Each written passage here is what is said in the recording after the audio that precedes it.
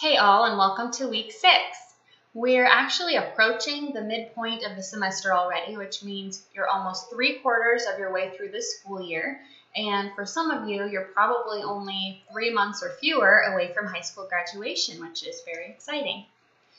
It's just business as usual in our class, but now that we're well into the course, you should have a strong understanding of what's expected of you. You should know how to locate and review the grading notes or rubrics, and you should have a grasp on the weekly requirements.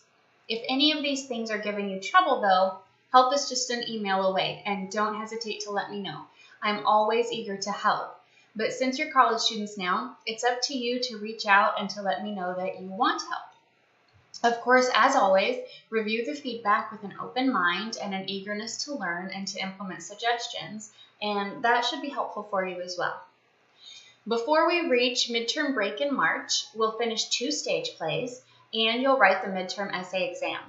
We'll jump into a brief review of the stage play in just a second, but first I want to leave you with a couple of reminders about the formal essays you've just submitted, which I am super excited to read.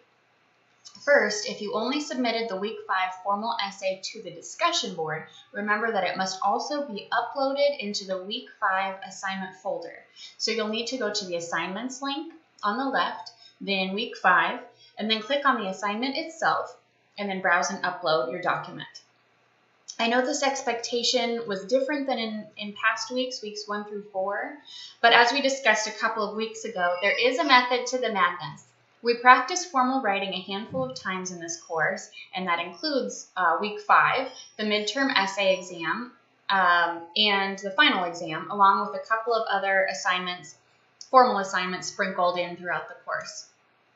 We practice formal writing and a couple of smaller assignments to help prepare you for both the midterm essay exam and the final essay exam, both of which are longer formal writing assignments.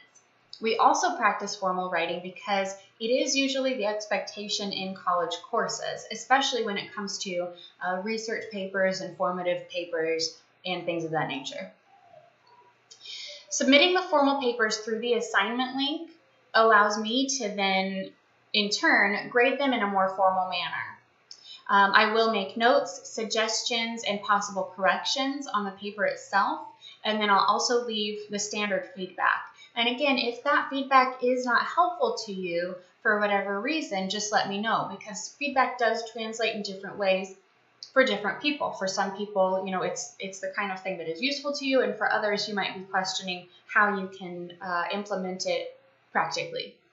So just let me know again. And finally, while most submissions, even discussions, are reviewed for originality, submitting formal papers this way also submits them through a database that allows for more tools to be used in those originality reviews. So it's beneficial all the way around. So again, if you have only submitted the week 5 work to the discussion board so far, please go ahead and submit it formally through the week 5 folder 2. That's where it is set up for grading, so it can't actually be graded anywhere else. Now for this week, we are reading The Glass Menagerie by Tennessee Williams, and it's our first stage play, our first of 2. The lecture notes this week do go into great detail about this play, and so I won't bore you by repeating all of that information here, but I will give you a little extra insight. Reading a play is something completely unique. It's certainly different than watching a play, and it's decidedly different than reading anything else, like a novel or a short story. When you read a play, you're mostly reading stage directions and dialogue, so you're basically being told how things look and what people are doing in a particular moment, and then you're following the conversation. Now, one of the best things about reading a play is that you can almost lend it your own interpretation.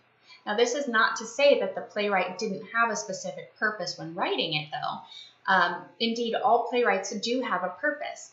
In this case, our playwright is Tennessee Williams. He was a visionary writer of his time, and that didn't happen by accident. He had a purpose, and he had a new type of story to tell in a new way. Now, most stories you'll find do have classic roots.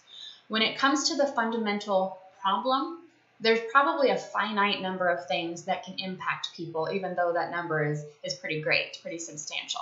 There probably is a finite number of things that can impact us, like love, friendship, personal fulfillment, family drama, career experiences, and so on. So ultimately, what we read or see on the stage or on the screen is probably a story that has been retold countless times.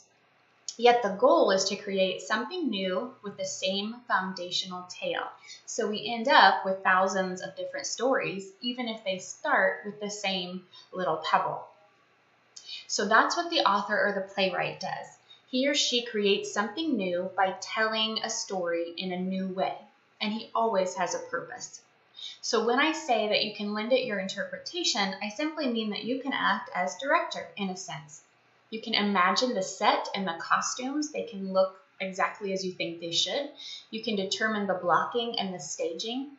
Blocking refers to the actual movement of each character, which is usually something the director determines before rehearsals start.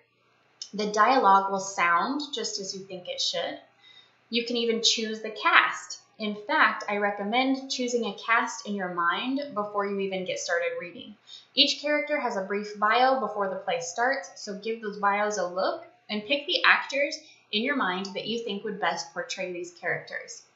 If you can visualize the characters, you're more likely to stay involved in the reading. So again, read the play, read the lecture notes, and respond to the prompt with your reflective discussion ideas. Just let me know if questions come up. And next week we'll read one more stage play. Then we'll focus on midterm essay exams in week 8, followed by a well-earned week-long break. I'll see you soon.